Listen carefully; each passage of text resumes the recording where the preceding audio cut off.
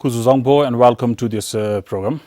Well, for the last couple of months, the country was busy and everyone was involved with the elections. But now with the elections over, we are yet to start with the new government. And to discuss in this program, I have here with me His Excellency Mr. Ugendoji, who is the Minister for Labour and Human Resources, with us.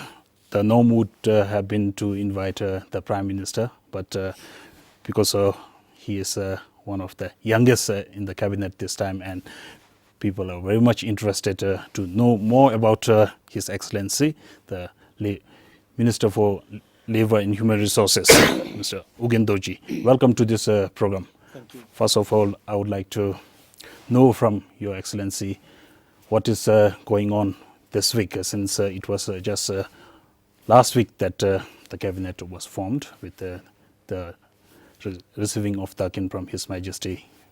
And for the last 1 week, what has been going on, the program that you had been attending, if you can tell us. A very good evening to all the viewers of this program, and thank you, Mr. Kinjong, for having me here. It's a rare honor and a privilege to be participating in this show. Over the past week, we have been engaged in various induction programs that's being organized and conducted by the National Assembly of Bhutan. The week-long induction program for the parliamentarians, including the cabinet ministers and the Prime Minister, will end tomorrow. And the program so far has been very helpful, especially to those of us who are coming to the parliament for the first time. Personally, for me, the program has been very enriching. I think it's a good transition from being a candidate who has been just recently elected to being a full-fledged public servant, a full-fledged elected representative. I think it in many ways helps us prepare to shoulder the responsibilities in the coming days. Apart from you being the youngest minister, the talk of the town was also about your experience that people had been talking, that you have not really served in the government to gain this much experience to handle the portfolio of a minister. And if you can tell us where did you serve, or where did you work before joining politics? Thank you, Kinjong. I think it's a very valid question and a very valid doubt that people have in their minds. I graduated from Sheriff's College in 2010. After my graduation, I worked as a reporter in 2 of the private newspapers that are still around, Bhutan Today and The Journalist. Towards the end of 2011, I sat for the civil service examination, in which I did well. The luck was on my side, and I topped the Royal Civil Service examination that year. And I got the opportunity to undergo a year-long postgraduate diploma in public administration at the Royal Institute of Management in Simtocha. I joined the Ministry of Foreign Affairs afterwards and served in the ministry for a little over 5 years, during which I also had the opportunity to pursue my master's from the National University of Singapore. I did Master of Public Policy from the Lee Kuan Yew School of Public Policy in Singapore. It's true that I have not many years of experience, but I am into politics not because I had many years of experience, not because I believed that a public servant would require many years of experience to deliver and to serve the Tsawasum. So despite my lack of experience, I'm committed to serving to the best of my ability in the capacity that I have been entrusted with right now. But we also learned that you were already interested in politics. You even participated in the local government elections some time before. If you can tell us about it, what was it? Were you really interested in politics that you were slowly gearing up to be a member of the parliament by joining party politics this time? You're right. I have been passionate about participating in politics ever since 2006, because it was around that time that Bhutan we started this talk of transitioning to parliamentary democracy. But that is not actually when it started, my passion to serve the greater good of the country and the people. I come from a very remote village in eastern Bhutan. My presence here tonight is pretty unlikely. I was born to farmer parents, and I grew up wearing tattered rags, walking barefoot, sleeping on animal hides. Where I come from, the place had yet to be connected with the roads, electricity, and all the modern amenities that we talk about these days. So I was born into poverty and grew up in poverty. And as a poor child, I had this aspiration, longing to liberate myself from this poverty and suffering. The escape for me back then, the only escape for me, I thought, was to become a monk and then later on go on to live a life of solitude in retreat and liberate myself like Lam Jasin Mila Repa, because in our traditional society, there was the only way out of poverty and suffering. But then, as I grew up, as I knew more about the world, about my community, I started to redefine my role in my community, in the country, in the world that I lived in. So I thought politics was not a bad alternative.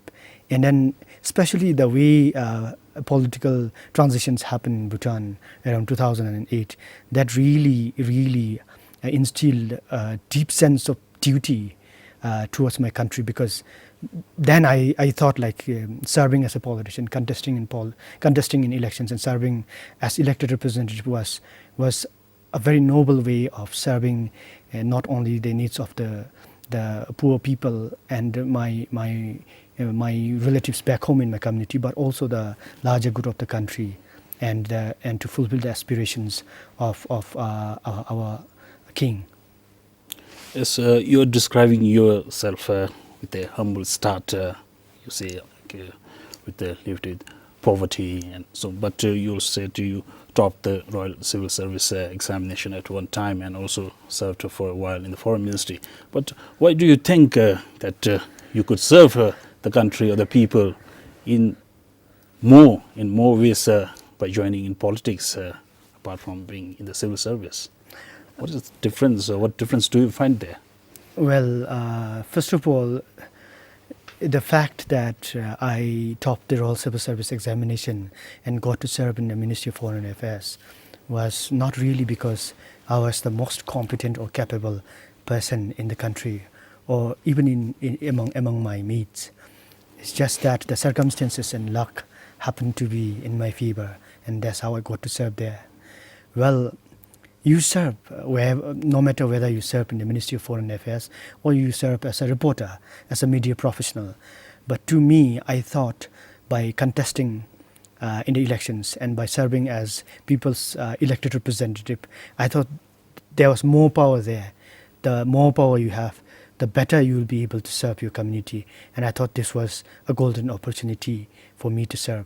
Now, I started my political career way back in 2011, when the first local government elections were conducted in 2011. Mm-hmm. I resigned from being a reporter in Thimphu and went back to my community to run for a local government seat, GAP's post. The people of my Chiok, under Tim Singyeok, they nominated me for the Mangmis post. I was ready to contest even as a Mangmi candidate. I told them that I wouldn't mind serving as a Chiok Chokpa, because it doesn't matter where you serve as long as you serve. And my whole intention, aspiration was to serve, not just at the Chiok level.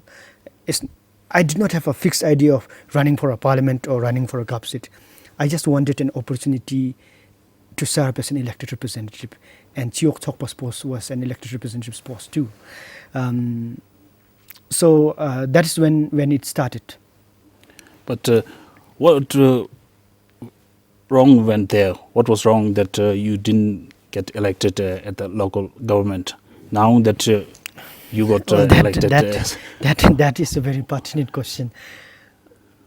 Well, so in order to, I'm sure that all the viewers know this, you will have to have turned 25 in order to contest as a candidate in the So election. you- I wasn't Okay.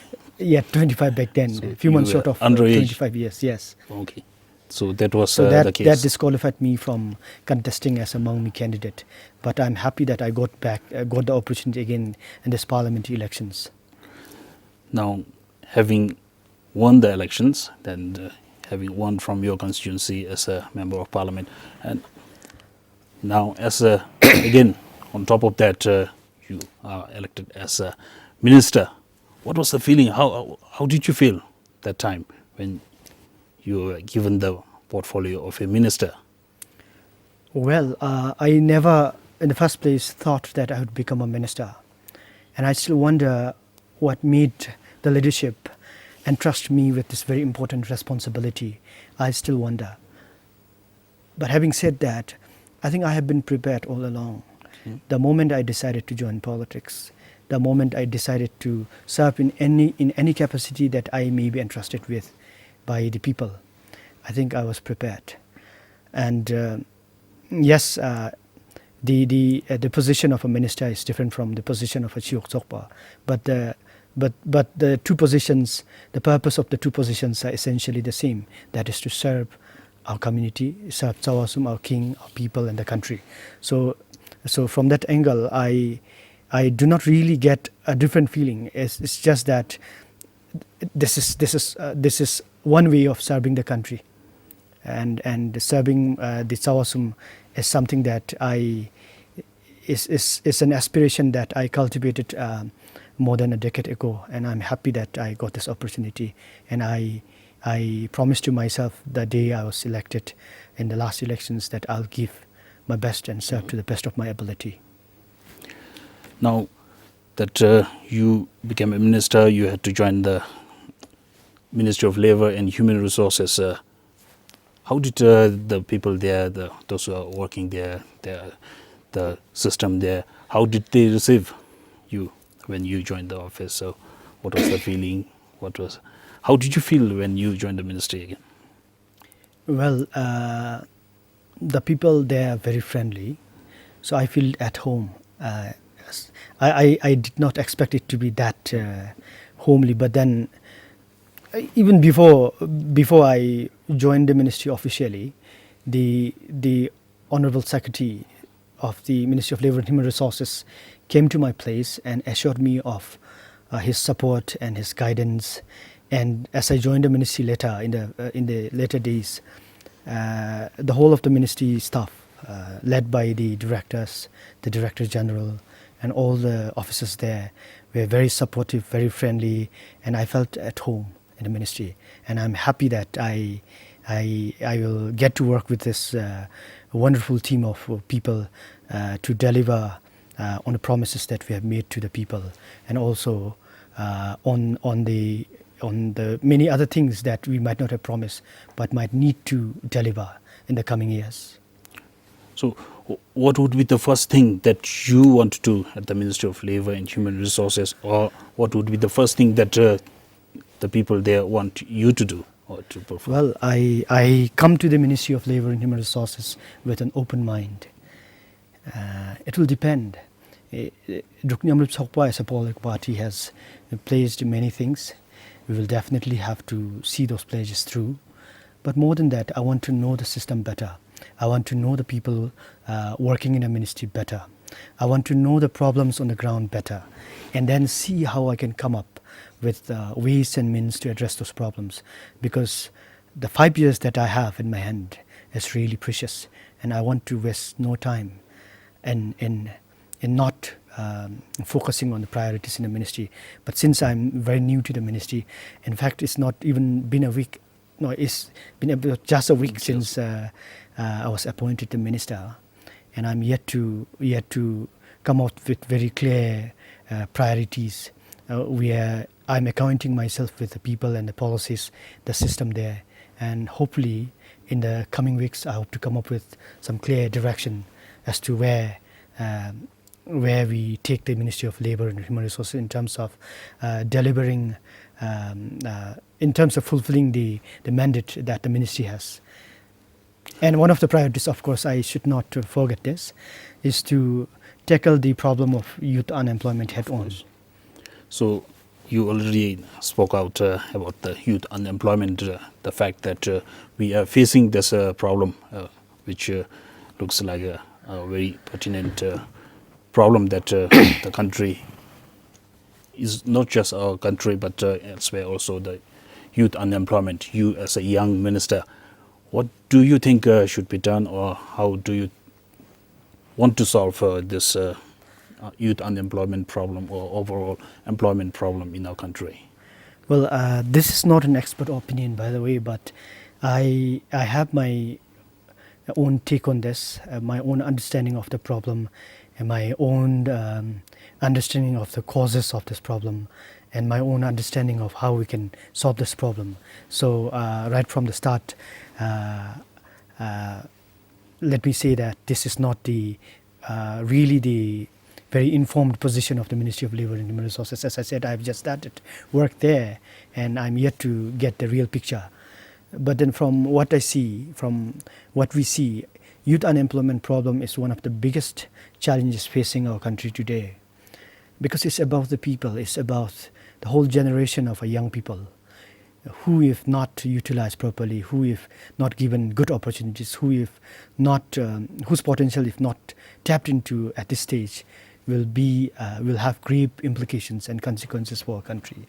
To start with, our country cannot grow without a generation of young people not contributing to the development of the economy. Our country cannot do well with a whole generation of people not contributing to nation building. So it is in that light that youth unemployment problem, tackling youth unemployment problem, is very urgent. What are the causes of the youth unemployment in Bhutan? I think there are a whole host of issues and the problems that contribute to youth unemployment problem in Bhutan. But the real cause of the problem, I think, is because over the past decades we have been very successful in educating our populace. We have thousands of graduates coming out of the higher secondary schools and the university colleges. And not all of these people who enter the job market find jobs that they want to do, that they want to be employed in. So it's because of the sheer number of graduates coming out of the colleges that we have this youth unemployment problem in the first place. But that is not the only problem, that's not the only cause. It's also because there is a mismatch between the skills and the education that they have acquired through the education system and the job market realities, the requirements of the job market. It's because of this mismatch. It's a very unique situation actually. We have on the one hand graduates not able to find jobs, quality jobs that they want to have, that they want to engage in. On the other hand, we have a shortage of labor, especially in sectors like construction sector, agriculture sector. So there's this dilemma, and where exactly is the gap? I think it's between the aspiration that our graduates have and the reality of the job. There's this mentality, the mindset with which we grew up of becoming an officer right after your graduation. I think the mindset has to shift from here on, and there are many ways. Once the mindset shifts, and once people start taking interest in the blue-collar jobs, the manual jobs in the construction sector, in other sectors, I think we should be able to at least make this problem smaller. We would have succeeded in tackling the problem of youth unemployment to a great extent, and that will entail so many strategies and solutions, which I think the ministry has laid out already. Is through maybe, from my perspective, reforming the education curriculum itself. The longer term solution could be that one. Is through providing our young graduates with proper incentives to work in those sectors. Is through giving them the right set of skills and education through their right from their school days in the colleges is through emphasizing and prioritizing the technical and vocational education and training in our education system that we would be able to solve this problem in the longer run.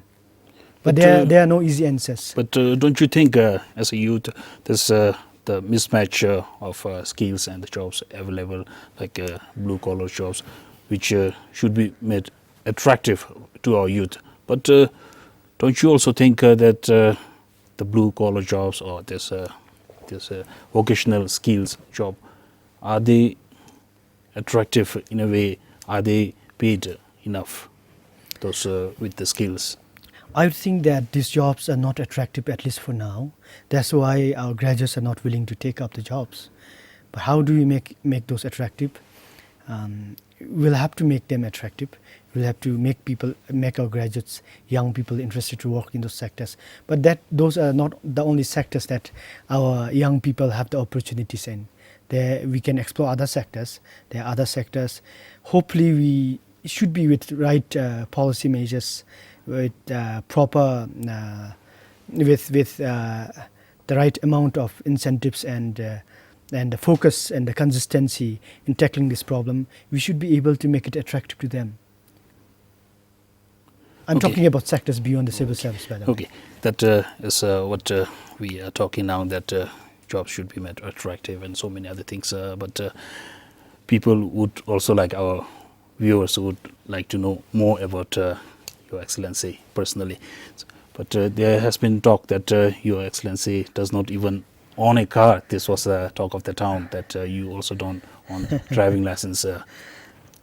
Weren't you interested in owning a car that everybody wants these days? As soon as people get a job, the first thing they want to own is a small car, a private family car. Why didn't you try to have a car? What happened? It's true, I don't have a Were you car. not interested? And, I don't know how to drive. I don't have a driving license. It's very true. It's not that I did not want to buy a car or I did not need a car.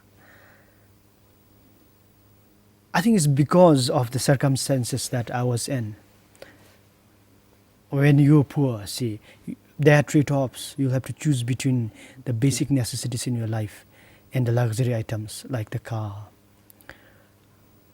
As I said, I come from a very remote village in eastern Bhutan, migrated from there to Thimphu way back in 2010. The living, it has been very difficult, my life in Thimphu, just as it is difficult for thousands of graduates who move to Thimphu every year in search of jobs, and even if they find jobs, they're not able to afford their living here. I happen to be one of those young guys who had to struggle a lot over the past few years. So I wanted a car, but then I knew I couldn't afford it. How could I afford a car when I could not even get a change of shoe? So I thought the best way to basically approach this problem of poverty was to minimize your expectations, to not think of those luxury items. It is a necessity, by the way, having a car in Thimphu. But to me, I had to think of it as a luxury item because I could not afford it. And if I still want to buy a car, knowing that it is beyond my means, I thought that would be more misery and plight for me. So I gave up the idea of buying a car. So in order to totally forget that idea of buying a car, to avoid that misery, that torture, I decided not to learn driving as well. So that is how I ended up in this situation. Okay, you don't have a car and also you don't have a driving license, but are you married, by the way? If you tell us, Yes, I'm married. do you have a family? I've been married for the past 10 years. I have 3 kids. The eldest one is a son. He studies in class 3. And the younger ones are daughters. one of my daughters studies in class 1, and the youngest one is still doesn't go to school. So I have 3 kids. I have 4 siblings. I have one elder sister, one younger sister, and one younger brother. So 4 of us siblings. My parents are both farmers. My dad is a Gomchen, and I'm happy that both of them are here with me these days. Okay, and also, like now you being young and you have small kids, a small family, but now you are a minister, a young minister. Do you think you'll be able to give time to your family, and also like how to find balance between the family life and professional life? How do you want to manage, and how do you see it now? My family will always be the bedrock of my life. So although I will have to shoulder the responsibility, this very important responsibility, I do not have the intention to ignore or to neglect my family. It's a matter of managing time, I suppose. It will be difficult because this responsibility would demand more time and energy and effort on my side, and it will definitely be difficult to spend time with my family. But with a little bit of effort and organization and management, I think I should be able to strike a fine balance between my time for my family and time for my work. Okay, thank you so much. That was Lempo Ugendoji, the Minister for Labour and Human Resources, talking to us here at PBS. I would like to thank Lempo for your time and for agreeing to come to this program in spite of your busy schedule. Thank you so much, and thank you for watching this program. Thank you. Thank you for the opportunity.